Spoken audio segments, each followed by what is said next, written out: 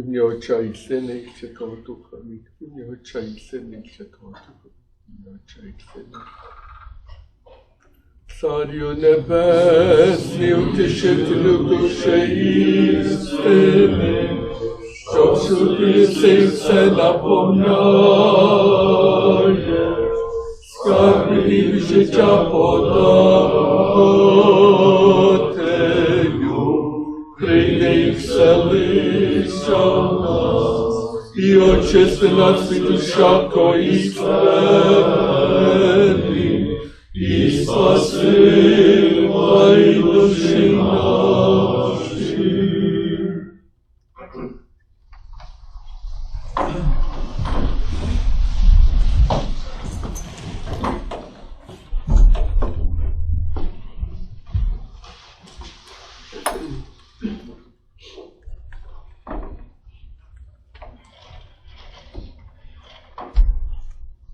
Yesterday, there was mention about vocations, and I would argue that the priesthood is not a vocation.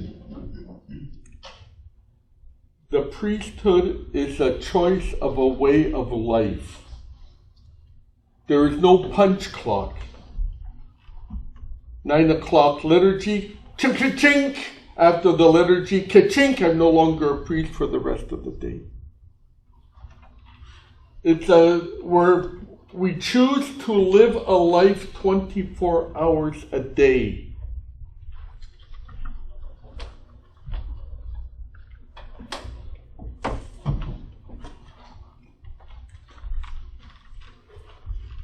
This was written by a child to a mother, but it could be applied to our lives. When you thought I wasn't looking, I saw you hang my first painting on the refrigerator, and I wanted to paint you another one. When you thought I wasn't looking, I saw you feed a stray cat, and I thought it was good to be kind to animals. When you thought I wasn't looking, I saw you make my favorite cake for me, and I knew that little things are special things. When you thought I wasn't looking, I heard you say a prayer, and I believed that there is a God I could always talk to. When you thought I wasn't looking, I felt you kiss me goodnight, and I felt loved. When you thought I wasn't looking, I saw tears come from your eyes, and I learned that sometimes things hurt, but it's all right to cry.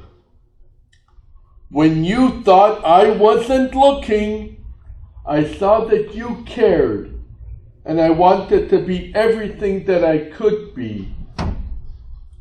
When you thought I wasn't looking, I looked, and I wanted to say thanks for all the things I saw when you thought I wasn't looking.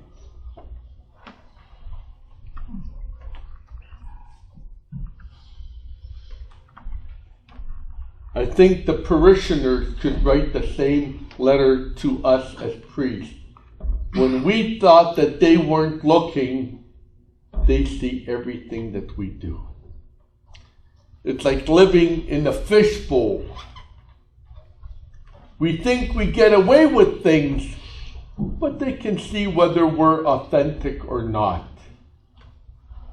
And so this talk here is not intense in emotions, but just a concern that we remain authentic to the life that we choose, and that we do not get distracted in our ministry from the message that we should be preaching and living.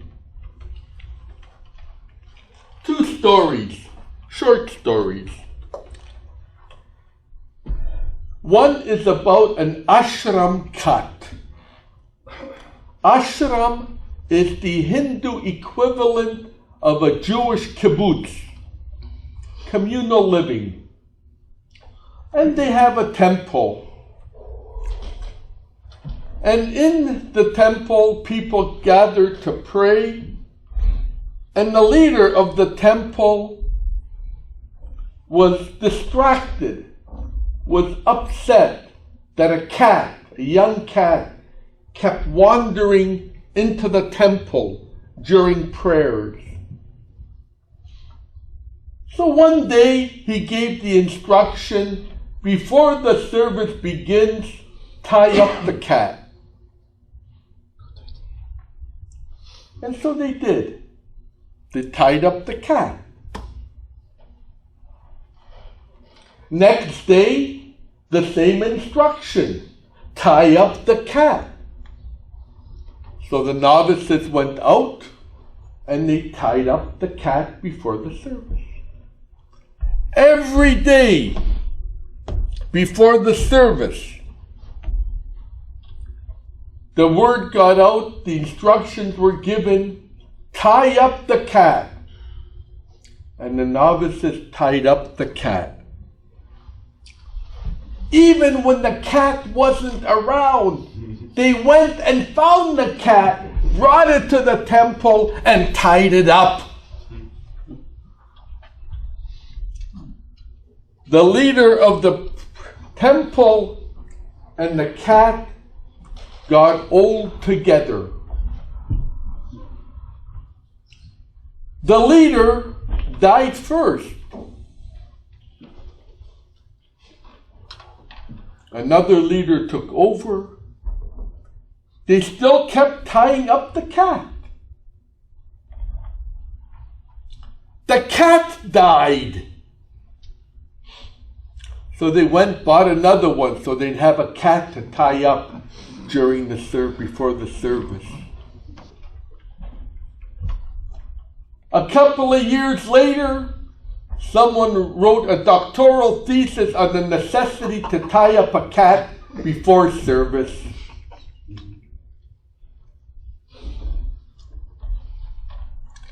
Ritual is important, but ritual should reflect our spirituality. It should not replace it. So if there are practices that you do, make sure those practices are authentic and understood, both by the people and by yourself.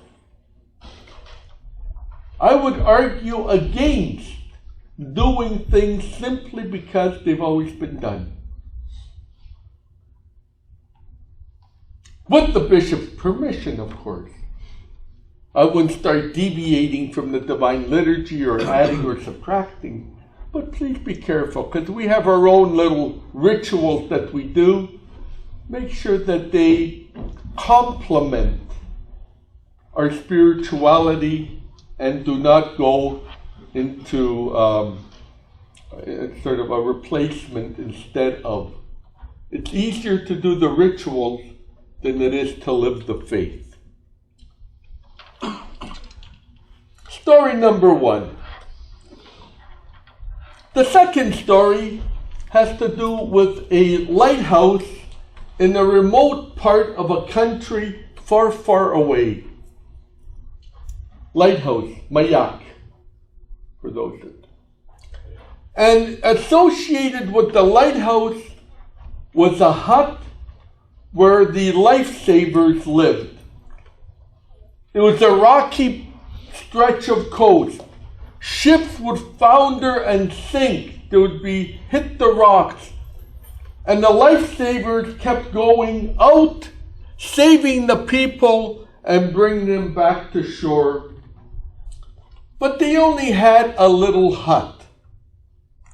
And they decided, we need a bigger hut to house the people that we saved. And the people from the community came around to help them, and they built a bigger hut. And then they started to expand on the hut. They focused on the hut.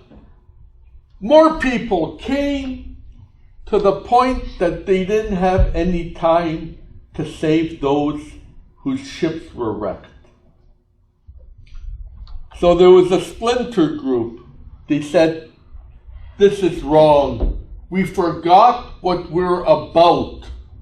So they went on their own, and they continued to save the people that were shipwrecked.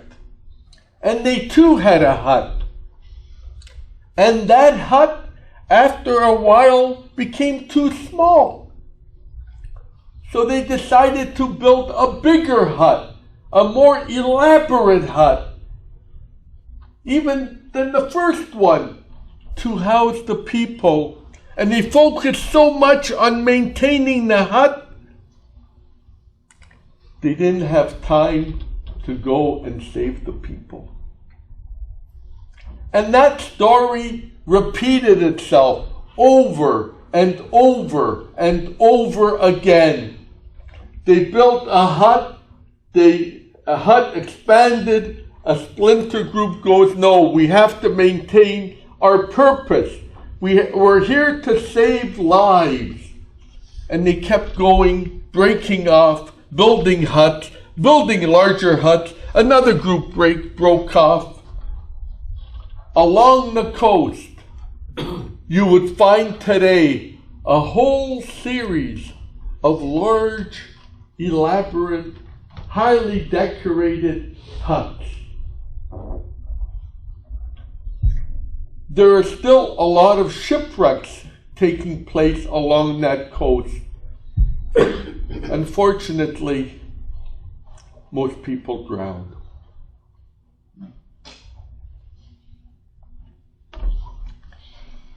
That could be also applied not just specifically to the Ukrainian Catholic Church, but to the Catholic Church in general. We're into building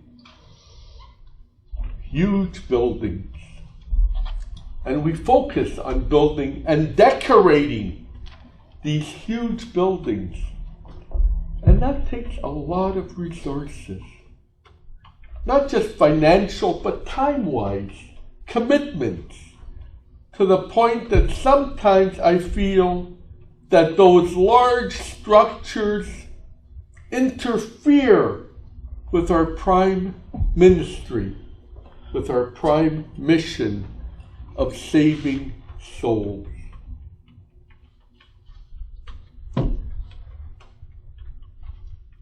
My reaction when I walk into a large church is mostly one of sadness.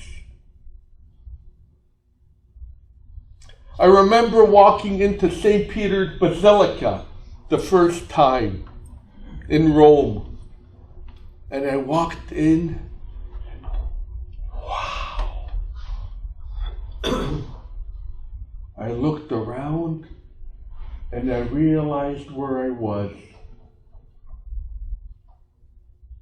I was in a museum.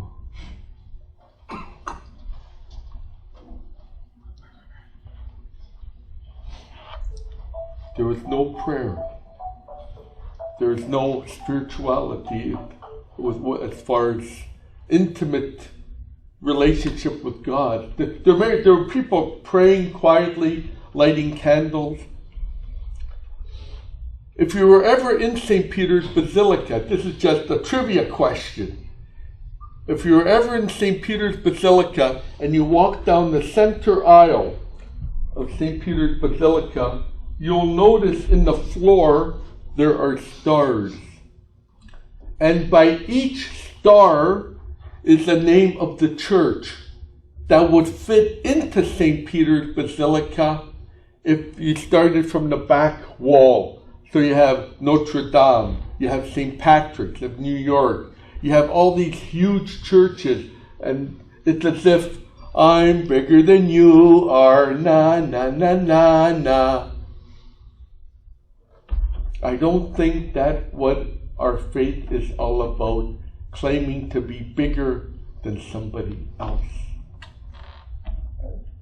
Another trivia question. Where's the largest Catholic church in the world? Africa, someone. The Ivory Coast. John Paul II gave his blessing to build the largest church, Catholic church in the world. It's in the middle of the jungle in the Ivory Coast. And if you walk into that church, there's only one star in the center aisle. St. Peter's, Rome. That is not what we should be about.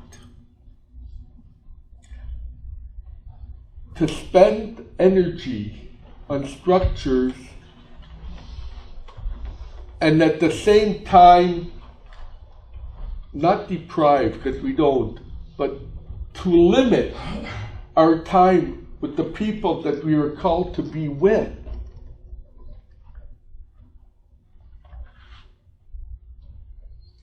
This is just me speaking. I'm not speaking on behalf of the church. I have difficulty with that.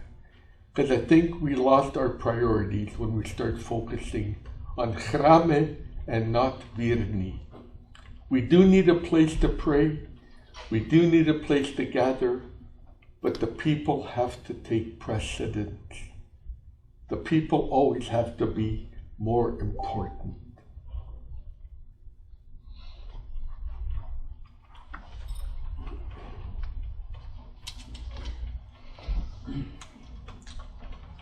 I switched the talks around because I know that some of you have to leave today. So at the talk I saved for yesterday, I moved up to this afternoon. Just to include you. Tomorrow's talk will be more on the light side. My other concern in ministry is the welfare of the ministers. Your welfare. We talked about the bishop in this послання. It wasn't limited just to the married clergy. It talked about issues that affect celibate clergy. But I want to make sure that we, as a community of clergy, reflect true Christian values.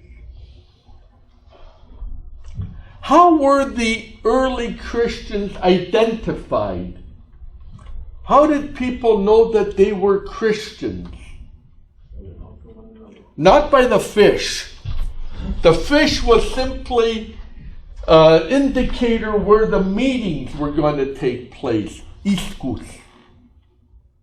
That was just a code because they had to do it in private because they were being persecuted. A pagan historian by the name of Tertullian wrote that this is the first time we encounter someone writing about Christians outside the Christian community, and he said, you can tell Christians by how much they love each other. What a beautiful description. You can tell Christians, можете пізнати християн по тому, як вони одні одних люблять. And that is what each Christian community should be.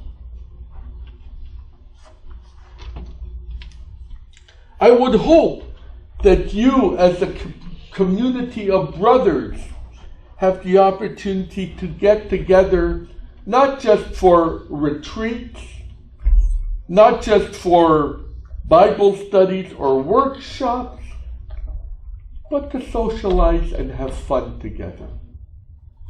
I know that you are scattered across half the United States. But it doesn't mean that you have to live a life in solitude. I propose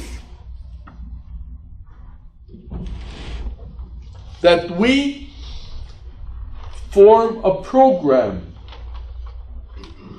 adopt a priest. Those that are here, were born here, those that have been here for a long time, if there's a priest coming in from away, especially from a different country, a different language, a different culture, take them under your wing. Show them the ropes. Help them with any government documents that have to be filled out. Show them how it's done. Ask them how they're doing. Ask them if there's anything that we could help. And those who are married priests, I would urge you to adopt a celibate. Especially those that live way out in the boondocks. We have a volunteer here. Who adopt the bishop? I'm getting to it. I'm getting to it. You're not omitted what they call. No, but I'm serious. Because I've lived now in isolation from the Ukrainian presence away from my hometown for 18 years. It takes me 16 hours of driving, highway driving, to get to the nearest the closest Ukrainian Catholic priest. I know, and I'm celibate, so I'm not married. The priests before me, the 3 priests from Ukraine, were all married. And the people of the parish were used to having married priests. You don't have to worry about them.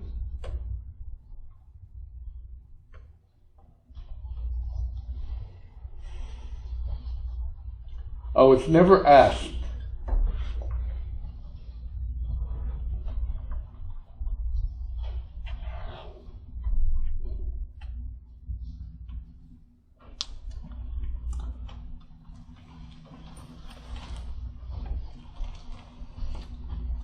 I was never invited.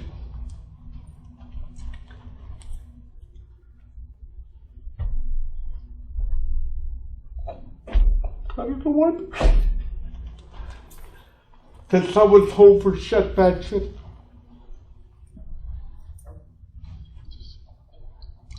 It never crossed their mind.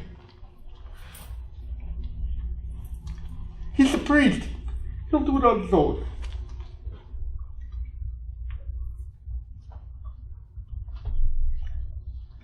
The people love me. I know that. It never crossed their mind.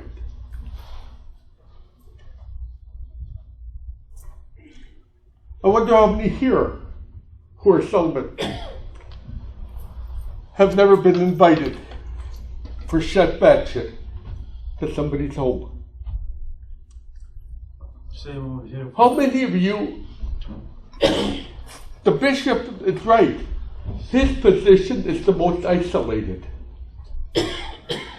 I'm not isolated, I am with God. No, Be careful. no, you are with God, but we're talking about people relationship. How many of you ever, in the time that he's been here, invited him over for supper, if you're close by, or just for tea? How many of you for Shabbat, or for important occasions? So again, keep each other in your thoughts, in your hearts. Don't be afraid to reach out.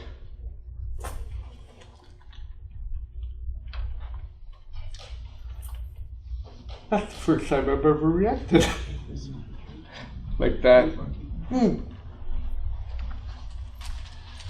Feeling cool.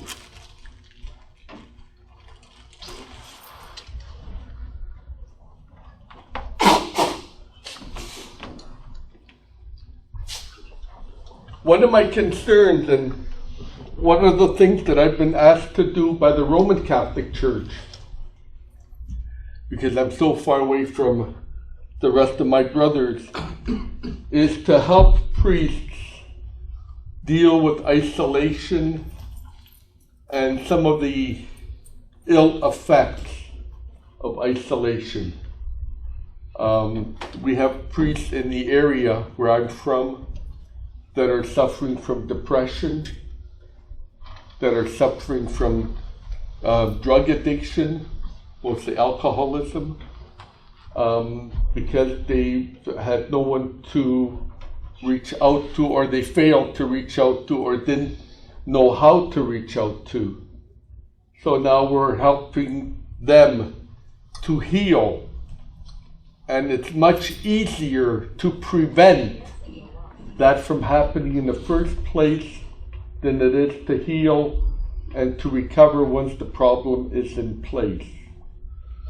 So again, not knowing the situation of your brothers, of us here brothers, what is it that we can do to make sure that our fellow priests, our fellow deacons, do not go down that path? All it takes is a phone call. And I think the bishop was right when he talked about contact between priests, that we phone, make a commitment. Phone during the year. There are 52 weeks in a year. I do not believe that there are 52 priests in the eparchy, or are there? Kiko. 49 So this means less than one phone call a week to reach out to a priest or a deacon. Just say, hey, I haven't talked to you for a while. How are you? Jak sprawy? Są w porządku? People in the Chicago, if you're close by. Establish this network. It's a modern word, I hate that word, but it's the best one. Establish this network among yourselves to be there for each other, because I'll tell you, nobody else will.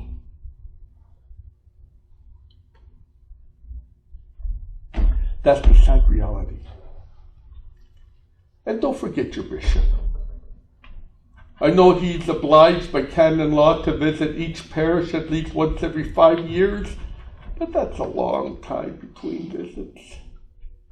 A telephone call him collect, see if he accepts the charges. I have a tradition of, on my mother's birthday, I always call her collect to see if she still loves me. And she knows to expect that. And once I called her without the collect call, I paid for it, and her reaction was, what happened? I go, nothing, I forgot to phone collect. But there are ways of really being there for each other, even though you're half a country apart. And that is my prayer. That is my wish.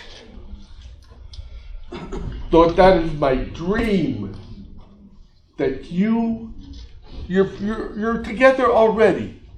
Yesterday was a beautiful example of coming together, having fun. Some were singing, some were talking. But to do it on a more informal, a more frequent basis. Telephone. We have now things called Skype, that you can not only hear but to see them.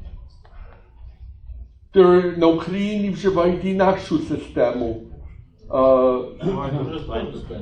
Є Skype, WhatsApp. Skype, але то не найбільш популярна. Я забув, як називається та... Viber. Але що, ви маєте доступ. So again, please, don't wait till there's a need for something to be done. Do it simply because you care and you can. The last thing I want to read you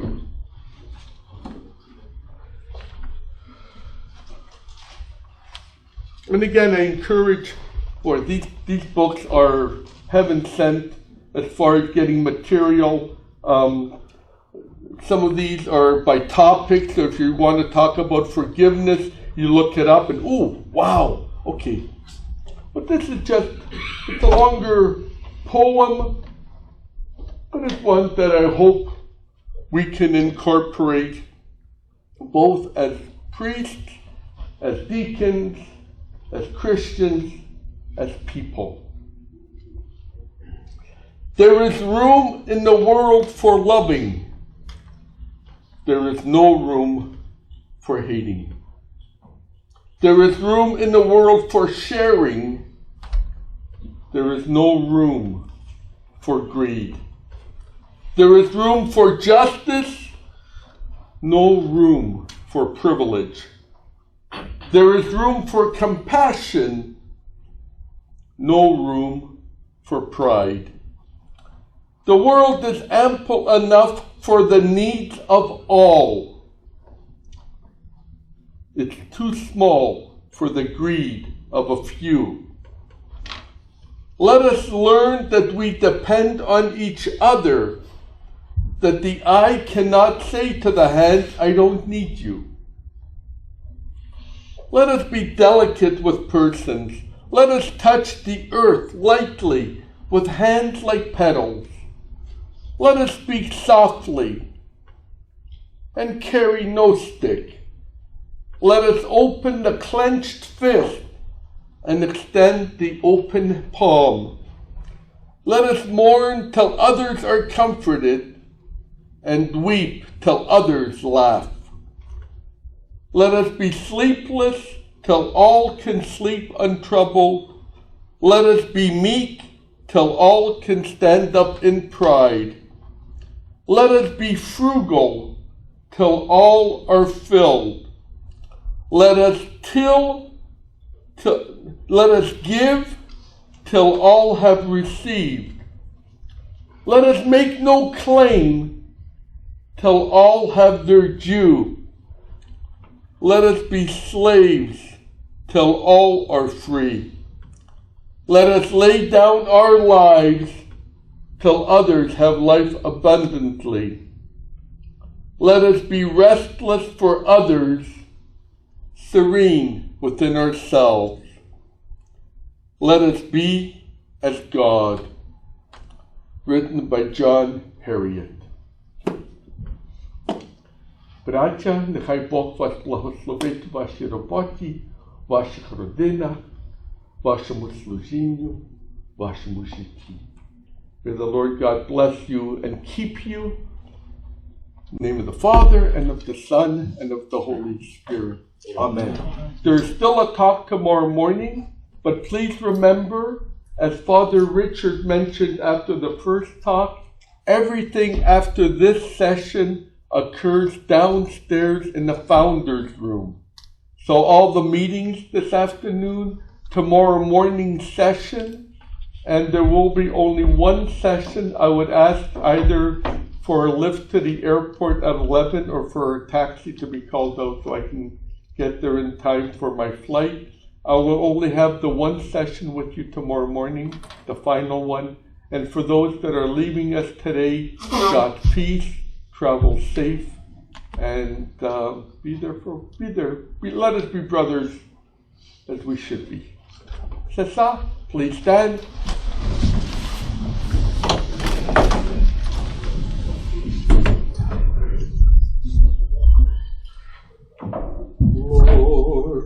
Lord Jesus Christ, Son of the living God, have mercy on me, a poor sinner. Lord Jesus Christ, Son of the living God, have mercy on me, a poor sinner. Lord Jesus Christ, Son the living God, have mercy on me, our sinner. Не отчайся, что-то. Не отчайся, что-то. Не отчайся. И Святого Духа. Аминь. Слава Ісусу Христу!